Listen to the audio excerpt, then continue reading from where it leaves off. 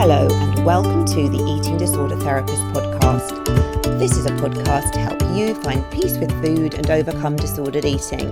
And I'm Harriet Frew, aka the Eating Disorder Therapist, and I'm so excited to share with you all kinds of stories, tips, information and guest interviews to help you on your journey in finding peace with food. So thank you so much for listening today. Now today I'm speaking to Dr. Lara Zibarras, Chartered Occupational Psychologist and Food Freedom Coach. Lara's background is in academic psychology, where she has worked for City University of London, running a successful postgraduate psychology course. Throughout her career, Lara's passion has been helping people succeed in both work and life. Through her work as an associate professor in organisational psychology, she has explored ways to improve people's working lives and feel more fulfilled in their roles. But today, she primarily works as a nutrition and wellness coach, running her own online health and wellness business, Health Mindset Matters. Lara combines her background in psychology and nutrition to support people to create mindset shifts and heal their relationship with food and body image. Lara came to work in this field after years of intensive dieting and then developing an eating disorder. However, she has fully recovered and got her life back on track when discovering the power of working on her mindset.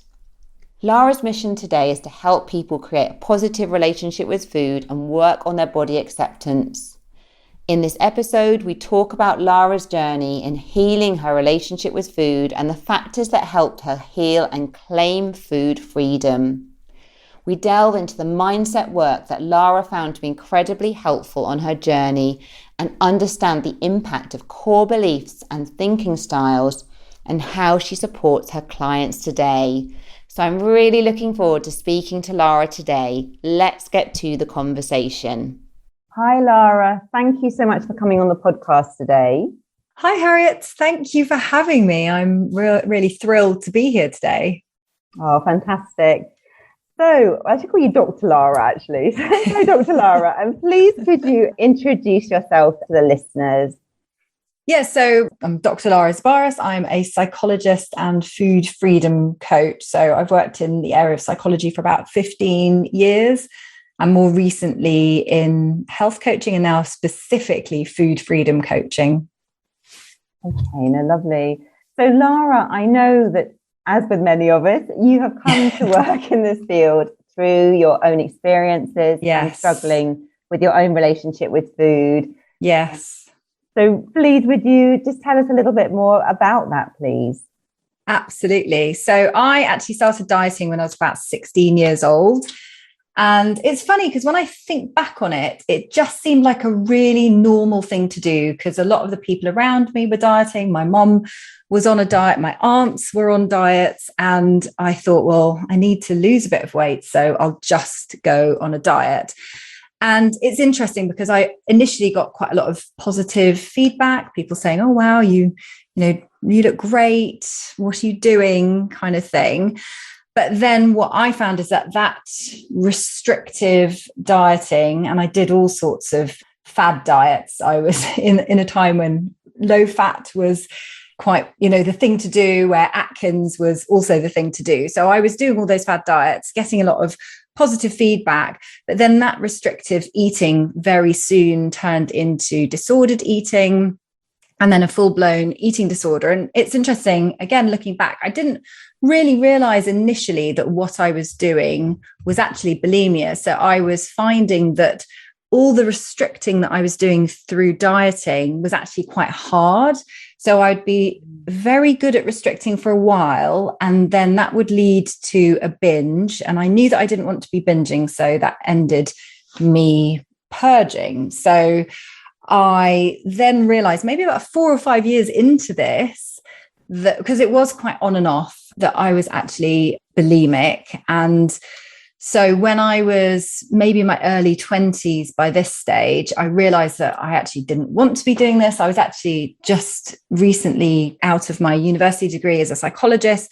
So I kind of knew what I was doing. I knew that the habits weren't very good habits to continue with. And that's when I reached out for help, and I went to see an eating disorder counselor. And I also had some nutrition counseling as well, because I got to the stage it was probably mid-20s, that I felt like I just had forgotten how to eat. I didn't know what was normal. I was either so used to restricting or I was binging, and I didn't really know what a quote unquote normal day of eating looked like. And I found that really helpful. And I think because I was so ready to change, and maybe because also having a psychology background, that process was quite quick. And very soon afterwards, I felt like I had a very positive relationship with food.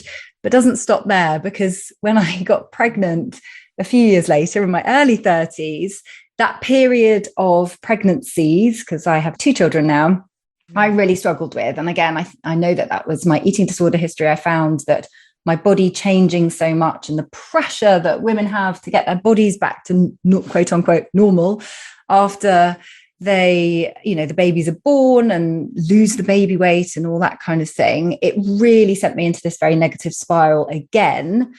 But because I'd been through that eating disorder and I'd been bulimic and I'd been dieting, I thought, well, I'm not going to diet. But I got sucked into wellness culture, which I didn't really realize, but now I realize was absolutely diet culture in disguise. And so I was following all these influencers who were saying, cut this out for health, and everyone should be gluten-free, and you mustn't have dairy, all those kinds of things. And I was actually left with very little that I could eat, but it was all in the name of health. And again, looking back, I realized that it was terrible for my mental health, but I was really doing it because I thought that it was the right thing to do. And once again, I was getting a lot of really positive feedback from people. So people would say, wow, you're so disciplined to eat so healthily, and don't you eat well, and don't you look good, and all that kind of thing. But thankfully, because I think probably because of my eating disorder history, it didn't last too long. And I think I had this massive wake-up call when I was finding that I was starting to miss out on social events. I didn't want to go out because I knew that I had such a strict eating plan, so restrictive. And I felt embarrassed when I was invited over for dinner and people would say, is there anything you can't eat? And I'd give them a long list of things. So I started to realize that disordered eating was probably orthorexia, actually, now looking back in retrospect. And ironically, at the same sort of time, I was actually training to be a health coach as well, because I'd been a psychologist for several years. After my daughter was born, who's now 7, I thought, I want to do something else as well. So I started training as a health coach. So I had a period of time where I myself was orthorexic and I was practicing as a health coach. But again, thankfully, it wasn't too long. And I'd been introduced to things like health at every size and intuitive eating whilst I was training as a health coach, but also introduced to many other things, including more of a weight-centric approach. So as I had that realization of, oh dear, I've got sucked, I'm back into my disordered eating ways, about maybe 18 months ago to 2 years ago, I just started getting back into everything that was health at every size, aligned, and intuitive eating, and have completely refocused my health coaching to be all about food freedom coaching. And actually, I think I had to spend a bit of time really unlearning a lot of the stuff that I had learned whilst in the sort of throes of my orthorexia. So yes, that's my story and how I've got to be doing what I am today. Oh, well, thank you so much for sharing. And it sounds like it has been a bit of a journey, hasn't it? With lots of twists and turns. Yes, exactly. So Lara, would you mind me just picking up on a few bits from your story? Lovely. So kind of going back to when you were sort of 16 years old, like it sounds like everyone around you was dieting. It didn't really feel like an issue. It was very normal. Do you think as well, was there any other trigger sort of emotionally going on for you at that time? Or was it pretty much just kind of that you were following dieting as your peers and family were? Yeah, so that's actually a really good question, because I think there were probably several triggers. I was at a new school. So I started a different school when I was 16, and I left the previous school because there was a bit of bullying going on. So I had been bullied at a girls' school. You can imagine 13, 14, 15 years old in a girls' environment. And so I was at a new school. And one of I think partly, I don't know, when you're bullied, I've obviously spent a lot of time sort of thinking about it and thinking, what was it exactly that triggered it. And I think because you can control so little when you're being bullied, one of the things you can control is food. So I remember experimenting with a little bit of that disordered eating behavior kind of quite soon after the bullying. But another trigger that I remember, and I wrote this one, I remember really well. I remember being told by a guy in my class, I was a very sporty teenager, and so I was often in cycling shorts, as they were back then. And one of the boys just commented on the size of my thighs. So I think it was a combination of things. And that was what really started getting me to think, oh, maybe I should lose weight. And also, alongside this, I grew up in that time of all those supermodels. So people like Cindy Crawford and Elle Macpherson. And I used to read a lot of magazines. And I remember in a lot of the magazines, it would have things like their body sizes. So, bust, waist and hip. And I remember looking at that Cindy Crawford in particular and thinking, oh, I'd quite like to be that size. So I think there were a lot of things going on, definitely a few triggers, and combined with that, dieting just seemed like a very normal and natural way forward. So that's definitely what happened. Oh, yeah, it makes a lot of sense, doesn't it? And I think just time and time again, I think, the experience of bullying, I think, people often, when they're in it, don't realize just how detrimental it can be. I think it can be just so devastating, can't it, for self-worth? And at that vulnerable age as well, when you just so want to fit in and be liked and accepted, don't you? And puberty and all of that. Absolutely. And I think also there's almost like this vicious circle, whichever way you want to think about it, in that you feel very out of control, and then you start to control something like food, and you start getting that positive feedback. And there's that positive reinforcement. And I definitely experienced that. I was like, oh, I'm getting this positive feedback because I've lost weight. I'll just go ahead and lose some more. And then people will like me and accept me because I now fit in, or whatever my thought process was back there. And then it becomes that circle, vicious circle going round and round. Yeah. And when you reached out for help and had your eating disorder counselling, it sounds like the nutrition component was really important. Yeah, learning to eat again. I think that's so true for many people. But can you say a bit more about the psychological aspect and which things particularly were helpful for you? Yeah. So I did two things. I went to my GP and I got sent to some outpatient eating disorder counselling. So I saw a psychologist, and obviously having had my background in psychology, I just found it really helpful. So on that side, she was fantastic because she helped bust a lot of myths, because my main eating disorder behavior was the bulimia. And she just bust a few myths about what was going on. And, it's not a great, because obviously I thought at the time that I was doing it because I wanted to lose weight. And so she bust a few myths around that. It's not really going to help you lose weight and so on. So it was more some of the myth busting that she did. But because it was on the NHS, and because I didn't really get the opportunity to see, I think I got to see her 3 times. And if I'd wanted more counselling, I would have had to pay. And I felt like those 3 sessions were kind of enough, and I wasn't really going to get anything more. But what really helped me was the nutrition counselling. So I went to see a nutritionist who specialised in eating disorders, who was actually male. And with him, it was really about just like visually, what is normal, quote unquote, normal to eat on a daily basis. And he helped me face my fear foods. And that was a really big thing for me, because obviously I was either restricting, and then I would go and binge on all the foods that I was restricting. And he helped me face them in a sort of a quote unquote normal way. So one example is that I was terrified of toast with peanut butter and jam on it. Is one of the things I used to restrict, and then I would binge on it. And he said, why don't you just have that every day for breakfast? I'd like you to eat it every morning. Obviously that was terrifying for me, but I really wanted to get better. So I did.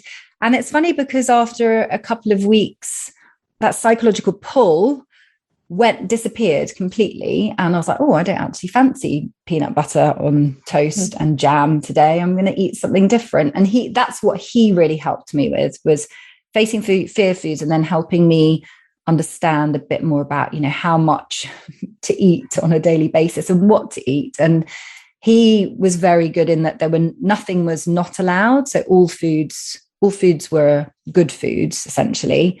So that, carbs were fine and sweets were fine and chocolates were fine and ice cream was fine. And I think by allowing those foods back into my life, it took that obsession away from them.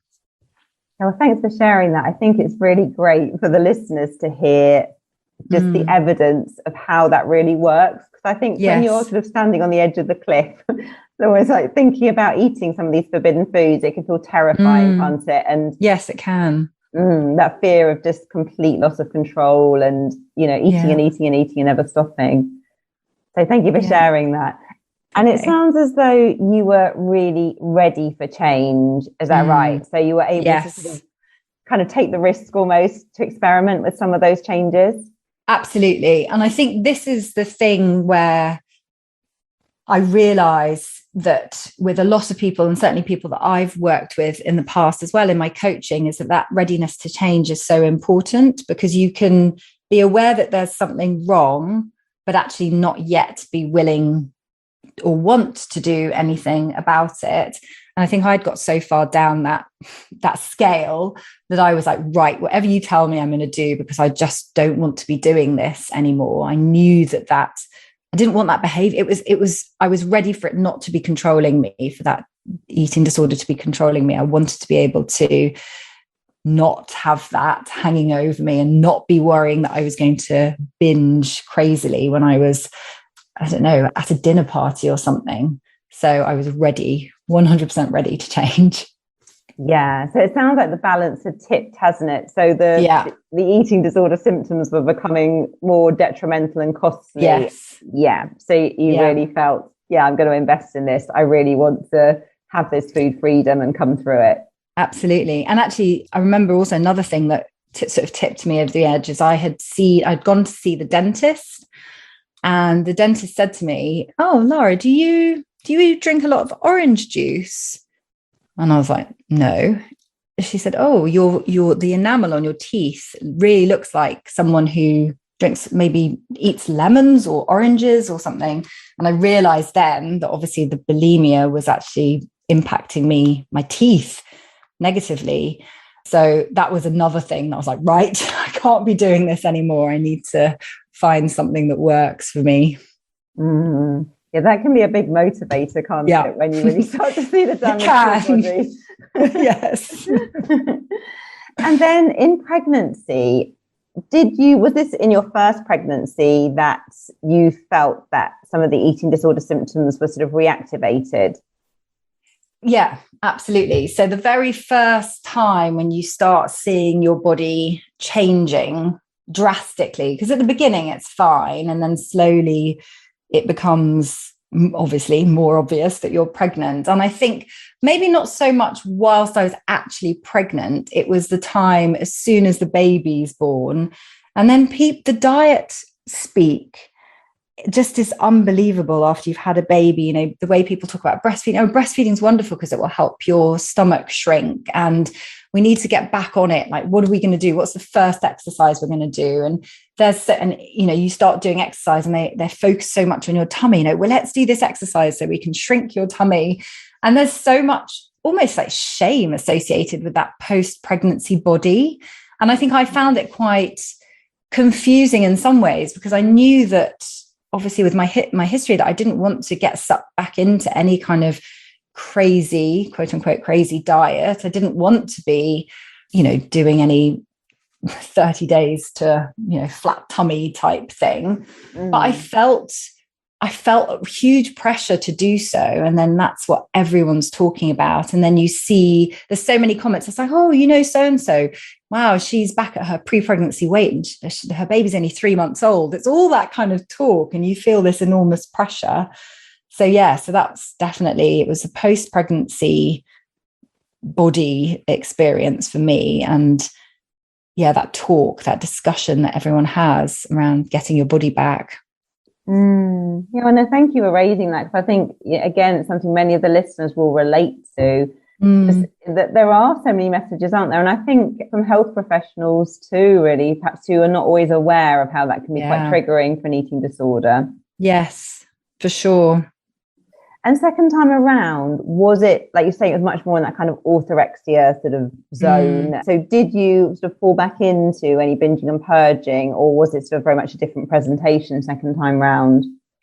So it was definitely different presentation second time around. I had just an overwhelming obsession with quote unquote clean eating and so restrictive, a super restrictive diet. There was a little bit of binging, but it was sort of strange binging, because what I would do is I'd cook something that was quote unquote a healthy version of something quote unquote bad. So for example, I used to cook sweet potato brownies instead of actual chocolatey brownies. And then I'd find myself eating 4 or 5 of these healthy brownies, rather than, probably if I just had a normal brownie, I probably just would have had one. So there was a little bit of that where if I was eating something that was supposedly a healthier version of something else, I would find myself eating more of it than I probably would. But mostly the behavior was super restrictive, because I got it into my head and I was reading blogs and following influencers who were saying, for example, something along the lines of, gluten is bad for you because of X, Y, Z, or dairy is inflammatory, therefore you shouldn't have it. So I had so many of these messages that I thought, well, I'll just have to cut that out, and I'll have to cut this out, and I'll have to cut that out. So yeah, it was kind of it was slow, it was gradual, but then it's almost like you're walking down that path, and it's only when you look back that you're like, goodness me, my eating behavior is so different to what it was a few years ago. And this is not a good place to be, because it is so restrictive.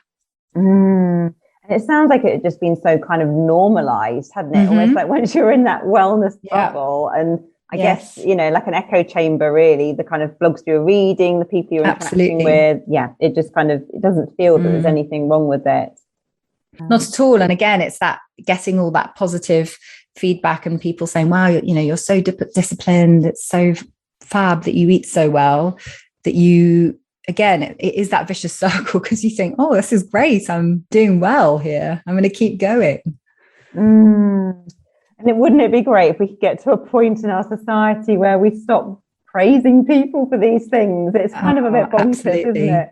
Yeah, absolutely. And I think if you have any sort of self-esteem issues, which obviously I know that has been one of my things that I've had to work on and used to struggle with, is that when you do get that positive feedback, it just reinforces the idea that you need to be better. I need to eat better. I need to be thinner, or I need to have a flatter stomach, or no cellulite on my thighs, all that kind of impossible stuff, really.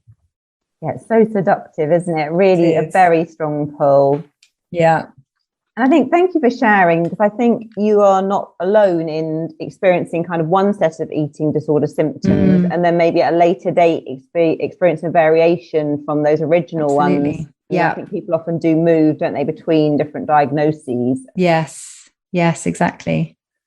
So, Dr. Lara, you've worked in academia and for a lot of your career, haven't you, as a psychologist? So do you want to say a little bit more about that, and perhaps how that has kind of influenced your development, and if that's also impacted in your relationship with food? Yeah, so like I mentioned earlier, I've been working in psychology for about 15 years, a slightly different area. So I'm not a traditional sort of therapist or, someone sitting down and talking to me about their problems. I work with people in organizations, but a lot of my work has been around behavior change. And I think that's where I first started to implement some of the things that I'd learned as a psychologist into what I was interested in. So I think because I had all these eating issues over the years, I thought that what I really wanted to do was get into health coaching and maybe a bit more nutrition coaching, maybe become a nutritionist. So that's why I started off with my health coaching course, and with the idea that I could use some of what I knew as a psychologist around behavior change to help people, quote unquote, quote, get more healthy. That was sort of the initial plan. And now I see very much that wellness culture influence coming into what my intentions were around that. But thankfully, like I say, I've kind of moved on from that and very much focused on food freedom. And I still think so. I focus a lot on mindset, habits, and an understanding of core beliefs to help people create that food freedom. And I firmly believe that part of that is letting go of diet culture, ditching diet culture, and working towards having a healthier and happier relationship with food. And a lot of my work revolves around helping you support that process through mindset, habits, and understanding what's happened to you in your past. And I think obviously that's very clear in my story, but what's happened to you in your past, maybe as a child or through your teenage years, how that shapes your core beliefs and how that can really impact your behavior around food, your perceptions around yourself, your perceptions around your body image and weight. Could you tell us a bit more about core beliefs in terms of what they are and how they sort of relate to this bigger picture of mindset? Yeah, absolutely. So basically, core beliefs are general principles and assumptions that guide you through life, and they can either be something very positive or something that's self-limiting. So you could have a core belief around I'm worthy, or I can do anything I put my mind to. But when they're self-limiting, it means that you end up seeing the world in a slightly darker way than it actually is. So a core belief might be, I'm not good enough, or I'm not worthy. And the reason why I think core beliefs are so important is because they shape our sense of our sense of self-worth, and the decisions that we make. So if you're trying to heal your relationship with food, they're actually really important. And these core beliefs can actually start very young. So it might be things that so for example, in my story, I was saying that I saw people dieting around me growing up. It normalizes that behavior. So you may create a core belief that it's better to be thinner, for example. Or it could be something that people actually say to you. So trigger events, again, like I've mentioned, or things that people said to you when you were a young child growing up. And I think the problem is, and this is classic for humans, is that we remember the negative things more than we remember the positive things. So we have this negative bias. So, someone can tell you 10 positive things about you and one negative thing, and the chances are you're going to remember that one negative thing that they've said. And I think that understanding these core beliefs, where they come from, is going to help people in their undieting journey. Because core beliefs, again, thinking about that vicious circle, they manifest in the way that people talk about themselves. So you might have a core belief, I'm not worthy, and then something happens. Maybe, I don't know, you fail on another diet, or you can't fit into clothes that you bought a year ago. So you have that feeling of failure. And then that sort of perpetuates the idea of I'm not worthy, and it goes into this vicious circle. I think in the process I go through is helping people uncover these core beliefs. And two very common ones I see come up in the coaching that I do is a core belief that thin is better, which is a classic one. And if you were maybe weighed at school, or you had comments from caregivers growing up, or like I say, seeing people dieting around you, you think that therefore it's better to be thin. And so that can be something that obviously impacts what you do. So you end up dieting, or you end up with poor body image because you have this idea, this core belief that thin is better. And then a very similar one, and I see this a lot coming up in my coaching, is that this core belief of when I'm thin, then I'll be, and insert any word that is useful there, but it could be then I'll be loved, or then I'll be worthy, or then I'll be beautiful. And this is where you see a lot of people putting off living their lives until they lose their weight. So they may say, well, when I'm thin, I'll be worthy, and therefore that's when I'll start dating again, or that's when I'll start that dance class I've always wanted to start, or that's when I'll buy myself new clothes. So again, it's something that's happened at some point, created that core belief, and then it's manifesting in this behavior of just not actually living your life right now, putting off everything, until you reach this particular weight. How do you even go about changing these core beliefs? Because they're quite deeply rooted sometimes, aren't they? They can be. But one thing I always say to my clients is that core beliefs are things that you learn, which means you can unlearn them. So it's, again, that's the kind of a mindset piece, but going in knowing that it is something, even if it is quite deeply ingrained, it can be unlearned.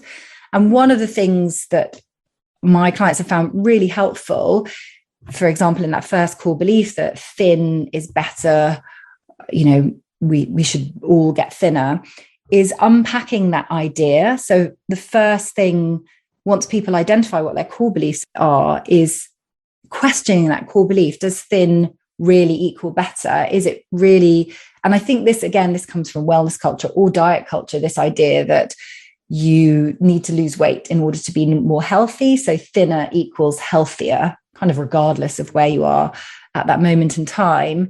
And so a lot of what I do is unpacking that idea and helping people actually look at some of the research, the literature that's coming out, especially more and more these days, showing that thinner does actually not necessarily mean healthier. And there's a whole host of research that comes out actually showing that people are much better off focusing on health promoting behaviors rather than, like, cardiovascular fitness, for example, rather than losing weight. And actually weight loss isn't necessarily going to lead to a better health outcome. In fact, it can actually lead to a worse health outcome, but actually focusing on things that actual behaviors that promote long-term health can be so much better. And there's a lot of research that's come out now that talks about this fat but fit paradox, the idea that, and I use the word fat obviously in a descriptive way, but you can be fat and very fit and you have much better health outcomes than people who are thin and unfit. So it's about separating that idea that, health has a certain look or a certain size, and that actually we're much better off focusing on different things, health promoting behaviors, rather than losing weight. So to go back to answering your question, a lot of it is unpacking that core belief. Is it actually true? And in most instances, it's not. So for example, the other one, when I'm thin, then I'll be loved or beautiful or worthy or whatever. Actually, when you lose weight, yes, your appearance may change, but actually it doesn't change anything else. And this is, again, also been shown in research that people, if you're, just because you've lost weight doesn't mean you're going to suddenly find the love of your life, or that you're suddenly going to have more self-belief, or you're going to be worthy. Actually, a lot of people find it's much better to start focusing on living your life now rather than putting off life to live in some future unknown time. No, thank you for sharing. And I love the way that you really bring it back to the evidence-based research, because that's very powerful for people, isn't it? To actually be able to kind of see that. And it would be great, wouldn't it, for some of this to be sort of more mainstream, because I know kind of government lag so far behind, don't they? I think on this research that is coming out more and more and showing very, very different information. Absolutely. And I get so sad actually, because I've worked with a couple of people who are doing so well and on that journey to find food freedom, and they're able to separate the idea that health equals weight loss. And then they go to their doctor, for example, their GP weighs them, talks about their BMI, and then says, well, actually, you need to lose weight. And it makes me so sad, because that's not the healthiest thing for them to do at all. And the evidence shows that. Yet there's so much misinformation still out there. And, obviously I'm not saying all GPs are like this, but just this one particular instance. But it's sad that that's still some of the messages that people get about their weight. And that's the only answer. People say, you go to a healthcare practitioner and they say, well, you need to lose weight. And they don't talk about anything else. They don't ask about that person's diet. They don't check to see whether that person is fit, or, what's their resting heart rate, and, what kind of movement do they do on a daily basis. Those questions aren't asked. It's literally looking at a number and then making a decision based off one number, which I think is not the right way to go. I'm so with you. So what about your work with sort of working on people's habits as well? Like, can you sort of share any sort of interventions or ways that you would work with your clients in terms of habit changing? Yeah, so obviously different for different people. So one of the things I really focus on is helping people first ditch diet culture and then helping them tune into their body, because I think those are two really important steps before actually focusing on any habits. Because what I found with people is that from doing diets or following healthy eating plans for so many years, they're actually really out of touch with their bodies. So they've forgotten what it feels like. I was actually forgotten what it feels like to feel hungry, not really sure where that fullness point is. They've forgotten how to eat for nourishment and satisfaction. So there's a lot of steps that I would go through first.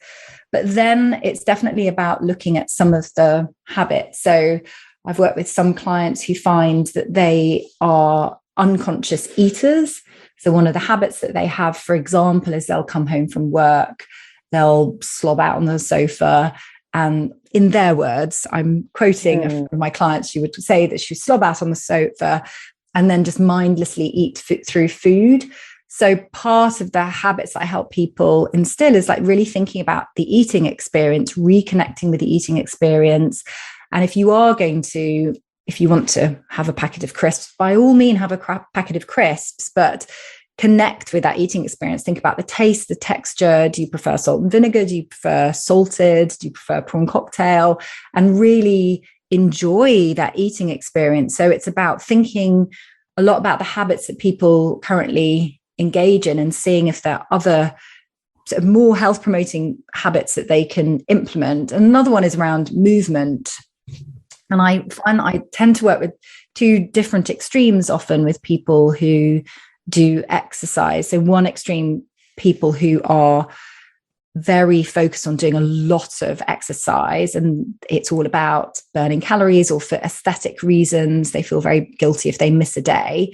So with them, it's about looking at those habits and seeing if maybe we can implement a bit more self-care into that process. So I'm all for still setting goals, but taking away weight loss as a goal and also aesthetic reasons. So thinking about why people do movement, and is it for reasons other than just, burning calories? What about your energy or your mood or your flexibility or your strength? So that's one extreme. And then the other extreme of people is people who actually do very little movement in a day.